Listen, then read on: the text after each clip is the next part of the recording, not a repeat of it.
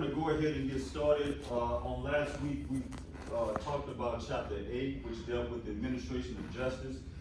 If you would allow me, I know that we went over a couple of things as it relates to the administration of justice, but there were a few things that I forgot to talk about, and I think that would be very helpful. And part of that is when we look at chapter 8, and we look at the administration of justice, that's just our criminal justice system administering justice. And that justice is twofold. One is, of course, for the defendant, and the other is for the public. But to administer justice, we have what is called the adversarial system. Adversarial system. And when you look at adversarial, all that word means is versus. So some of you are Texas fans, some of you are Dallas Cowboys fans. I'm not going to hold it against you if you're a Texas fan, but all of us Dallas Cowboys fans, we know who's the better team, right? And so when you look at versus, adversarial system, the versus is going to be prosecution versus the defense.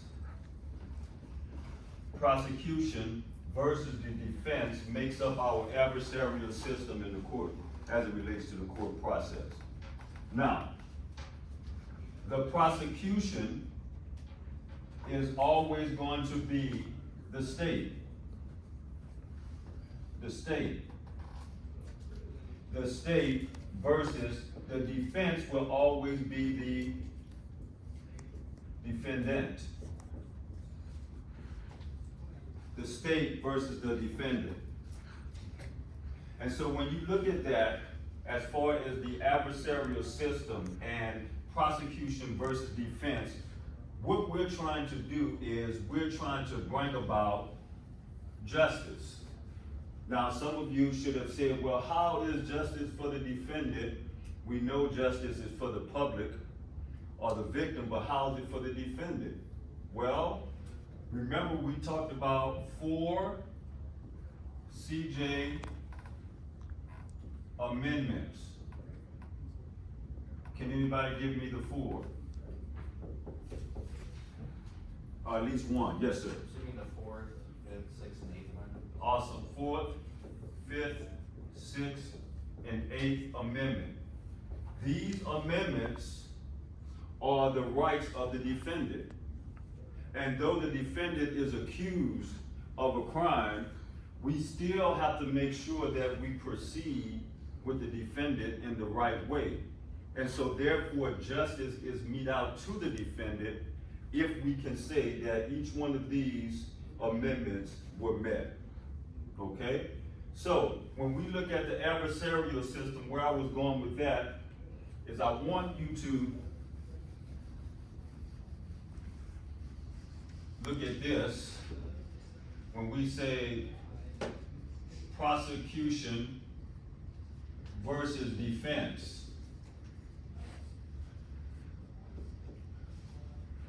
There's going to be something that's called the court room work group. There are 3 basic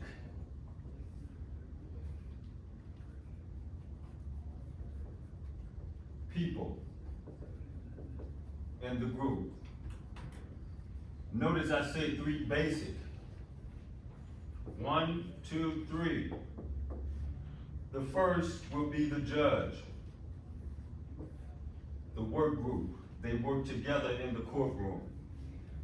The second will be the prosecutor, better known as the DA, better known as the district attorney. And the third one is the defense attorney. Now, asterisk by defense attorney, because we're going to segue into the Sixth Amendment. And the Sixth Amendment says that every individual that's an American citizen has the right to what? Counsel. Very good. Right to a fair trial. That's the umbrella. As it relates to this, what section of the fair trial states or talks about this? Right to a what? Very good. Right to an attorney. Now, listen to this.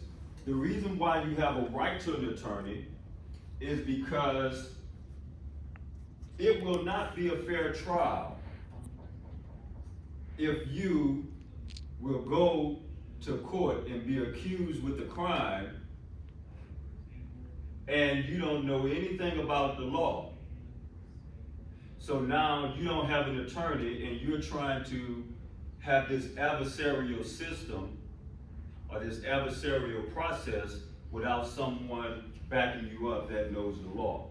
So every person has the right to an attorney so that you may have a fair trial. Now there are some instances, well, where people will defend themselves. And if you think that you can defend yourself, then you will waive your Sixth Amendment right. Now where we're going with this is we are looking at Sixth Amendment, right to an attorney. There are several ways. One, public defender. Two, private attorney. And three, court appointed attorney. Write that down. Those are the three ways that you can receive an attorney. Now notice this, you can have a public defender, which is a state agency. The state overall will provide you an attorney. Or if you have money like Tanner does, you can get your own attorney. Or it can be a what? Court appointed attorney. Meaning the court itself has lawyers and attorneys that are inside that work for the court, and they will appoint a defense attorney for you. So those are the three ways. Do y'all have any questions? Chris, do you have any questions? Well, I was gonna ask about the difference between a public defender and the court appointed, but you explained that. Yeah, oh, well, that's awesome, and that's a great question, because you will hear the terminology public defender, and then you will hear the terminology court appointed lawyer. So the difference is the jurisdictions. Some states have a public defender's office, and that office is separated from the courts. It's a standalone office with a bunch of attorneys that work specifically for people that cannot afford an attorney, okay? Court appointed is, you just graduated from law school and you got a job with Harris County Courts and you're working as a defense lawyer. So now you're gonna work for Harris County Courts. They're gonna give you a caseload. You're gonna have about 20 individuals on that caseload who you have to defend. But you are a court-appointed lawyer. So it just all depends on the jurisdiction in the state and how they provide lawyers for people who don't have money. I hope y'all are listening to that terminology as it relates to every person. Listen to this. Every citizen or every person, American citizen, has the right to have an attorney. But every citizen does not have the right to have an attorney paid for. Okay? Let's say it again. Every citizen has the right to an attorney. You have that right. But every citizen does not have the right to have that attorney paid for. What type of citizen has the right to have it paid for?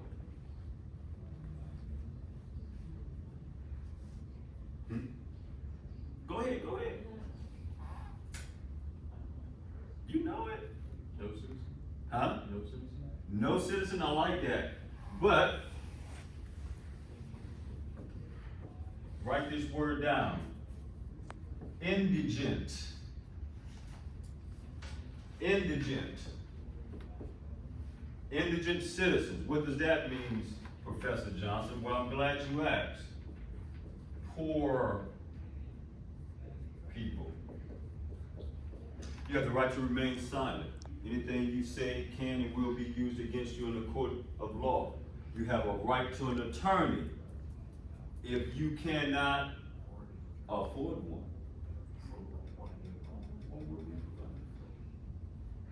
You see. So remember that. Poor people. Sixth Amendment. Very good. All right, real quick, we're going to finish up with chapter 9. We're going to just kind of segue into chapter 9. We talked about this on Tuesday. These are the 5 different types of punishment. We kind of went through them. Fine is probably, you're going to see that with money, probation, and then there's this intermediate sanction.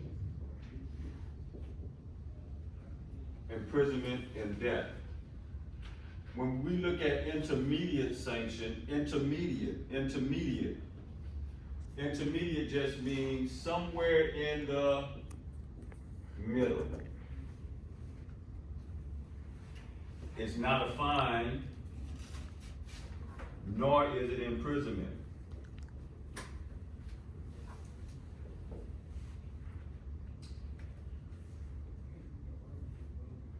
But it is limited freedom. So whenever you get an intermediate sanction, a great example of that would be house arrest. That's in the middle. House arrest. I'm not in prison. It's not as easy as just paying a fine, but I'm still have my freedom limited by house arrest. And what I want you to see here, remember the system: police, courts, corrections. This term right here, corrections, used to be police, courts, and penal institution. Penal means punishment. Where are you going with that, Mr. J? Well, for a long time, our criminal justice system used to punish people. You saw the people, the chain gang, the black and white stripes with the chain and the ball, and they're working. It used to be punishment. But we have since changed our approach to corrections. We want to try and correct people. Now you see people are able to get a degree. Now you see people are able to learn a trade and so forth. We're one of the correct people. Now the reason why I went there, because when we start talking about intermediate sanctions, there's a term that you will see that's called community corrections. And all community corrections mean is that we are doing the correcting inside of the what? Community. And not inside of a prison.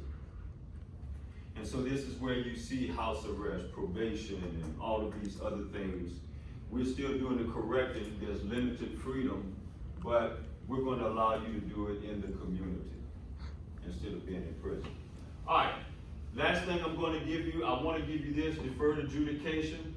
The reason why I want to give you that, because you probably know someone that was on deferred adjudication. Hopefully that's not your story, that you've gotten deferred adjudication.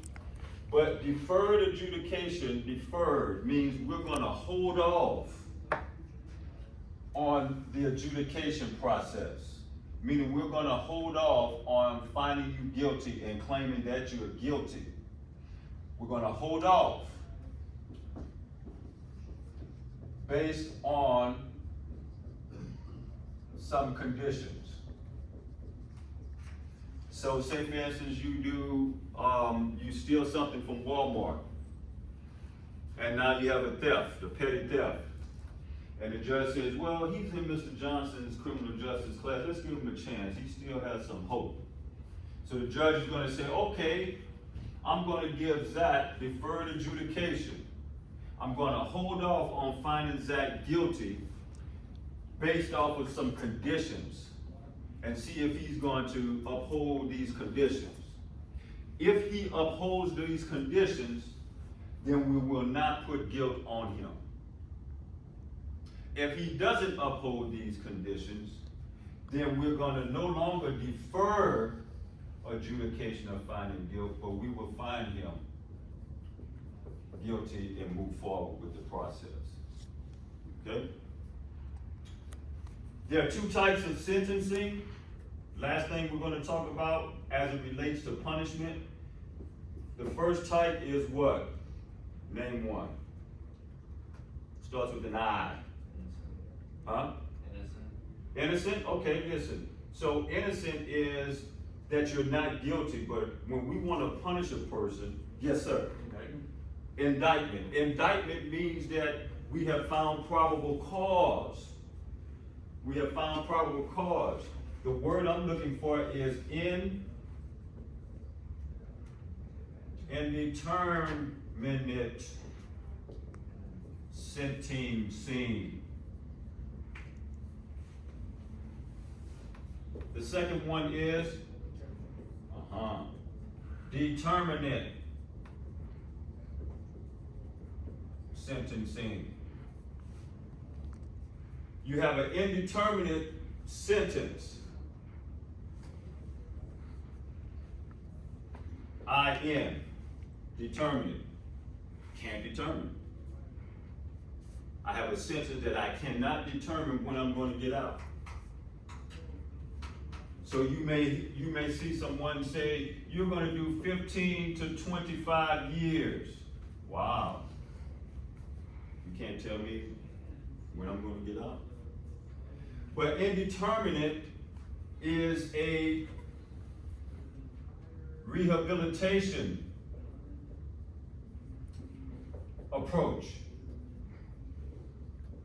Because although you don't know when you're going to get out of jail, 15 to 25 years, with the indeterminate sentencing approach, we're going to give you a chance for you to determine when you're going to get out based off of what, Caden? Good. What? Behavior. So you may hear that there's some prisoners that are racking up good time. good behavior. And the longer they rack up good time, the lesser their sentence is. Until someone says, you know what? Jonathan has been rehabilitated. Let's let him out. Jonathan gets out, he's happy he's out, but he goes back to the same things that he did before, committing crime. And that's typically what happens with indeterminate sentencing. The prisoners learn how to play the game, and they make themselves look like they are good, only to get out and go back and do what? Commit crime. So indeterminate, determinate is a harsher sentence. Determinate sentencing comes from the motto, tough on crime. So society got tired of this revolving door, people going in, playing like they're good, getting out to the public, committing crimes. And so society said, we have to get tough on crime. So instead of giving indeterminate sentencing where people are getting out, we started giving them determinate sentencing. And part of the determinate sentencing, I think there's three. One is flat time. Another is mandatory time. And the last one is presumptive sentencing. Presumptive sentencing. Flat time, mandatory time, presumptive sentencing. Flat time, you're going to do a flat rate or flat time that they're going to give you. You know, if they give you 15 years, you're doing 15 years. Mandatory time, that is a mandatory minimum. Mandatory minimum means you're going to do a minimum amount of time. You have to do a minimum amount of time before you're even considered for parole. Presumptive citizen is you have to do 85% of your time, at least 85% of your time before you are up for parole, considered for parole. Considered and getting parole are two different things. And last but not least, one of the approaches to determinate sentencing is the 3 strikes and you are out. And that process is for career criminals that have gotten 3 felonies, and because they have gotten convicted of 3 felonies, on their 3rd felony, they unfortunately will have life in prison, no matter how small the felony is. So your first 2 can be very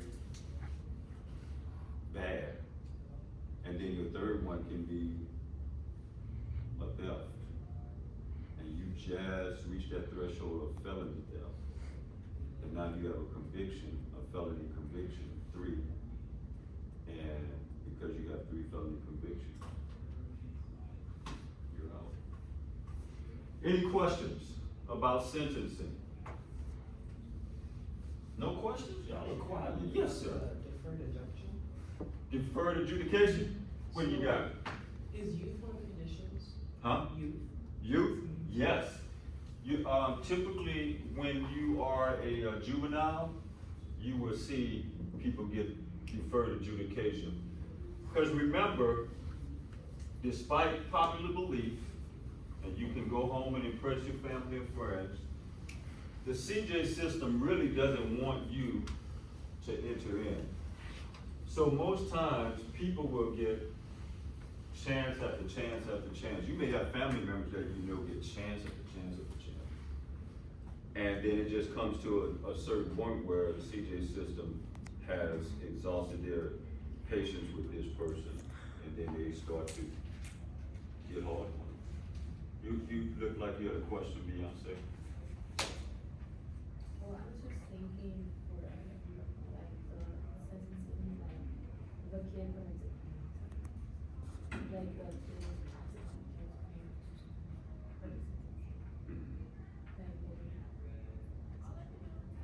So let's do this. I'm glad you're all asking about these questions. So before you leave out of this class and you decide to take more criminal justice classes, which I know you will do, remember, there's two systems, CJ and JJ, not Jermaine Johnson. Yeah, juvenile justice and criminal justice. Why did you say that, Professor J? Criminal justice deals with adults. Juvenile justice deals with Kids. or kids. Now, the reason being is because if you are a juvenile, though you've committed the same crime as an adult, they're gonna handle you a little bit differently over here. And the key to juvenile justice is redemption. The juvenile justice system feels that young people have redemptive qualities, like all is not lost. I've heard Zach talk several times about his experiences with law enforcement and how that kind of steered his perception of law enforcement about kids, but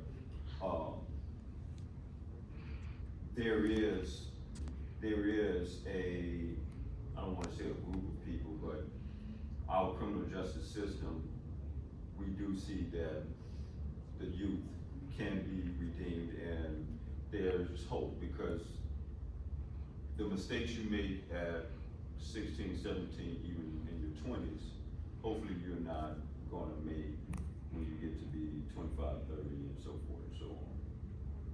So we give leeway for mistakes when you're younger. Katie, you had a question? No, you were looking like you did. You just kind of processing? Yeah. Okay. Tyler, anything? You good? Anybody else? No questions? Fatima? So, so the kid would get tried as a juvenile, but what if they commit a crime after? See, these are great questions. Good.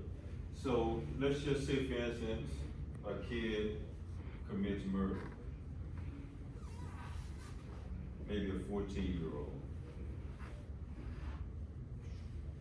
Now, if this kid has committed murder and that's his first one, that kid has no issues, hadn't had any problems, typically, I'll probably say 90% of the time, it's gonna be handled over here.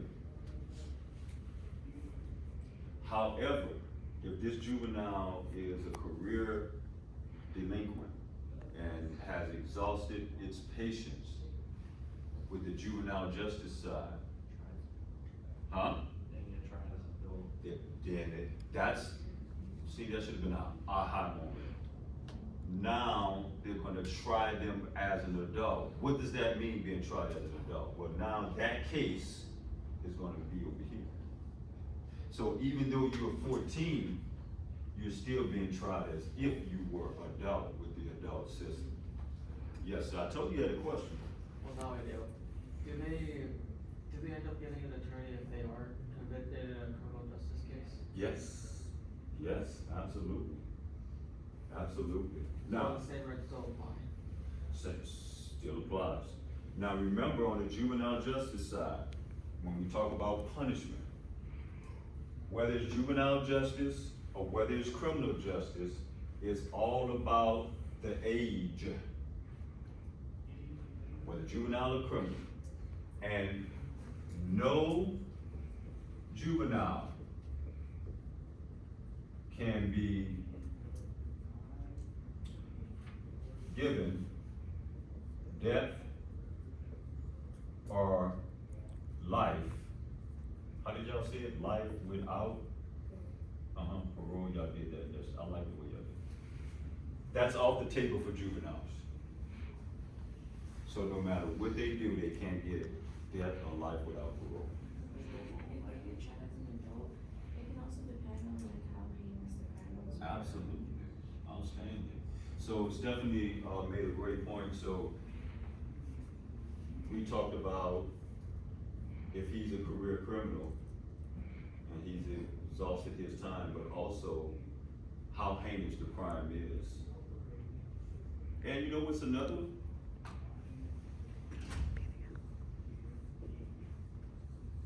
The media. Like if the media makes this thing big, there's no way that society or the community is going to accept smack on the wrist. Yeah, then the DA has to push for. Yeah. something worse. Yeah, so there's a young man, he just got convicted for something he did when he was a juvenile. He killed both of his parents. Are you familiar with that case? He just got convicted. He had two trials. He was found, no, he wasn't found not guilty. He had two trials that it was a hung jury, mistrial, hung jury. Third trial, he was found guilty. And he committed that as a juvenile. And not only did he commit as a juvenile, he was tried as an adult. So now he's gonna go to big boy jail or prison. Now, even if, this is the last thing I'm gonna say, even if you're 14 and you're tried as an adult and you're convicted, because you are 14, you will do at least 3 years, juvie. Once you turn 17, then you go to big boy prison, TDCJ. However, and this is a shameless plug for Professor Castille's class, she teaches correction. You should take her class. There's a term called classification. So you don't just go to prison. When you get to prison, they're gonna what? What do you think they're gonna do? Classify. Yeah, they will classify you. We can't put a Crip with Bloods. So they're gonna ask you, do you have any gang affiliations? Are you with the, what do y'all call them, Cholos or something, some type of, something, I don't know all these gangs. They're gonna classify you, and they're gonna place you in different sections, because even though you are a prisoner, and even though you've been convicted, you still have that last amendment of the four. And what's that last one? Right. What's the number though? Let's get the number. The 8th Amendment. So it would be cruel and unusual for me to put this 17-year-old kid with the Lions, Bears, and Tigers. That's cruel. So there's a section in the prison that they will put until he gets buffed up. They'll put him with the youthful. And once he gets buffed up, then we can put him. All right, I think that's enough.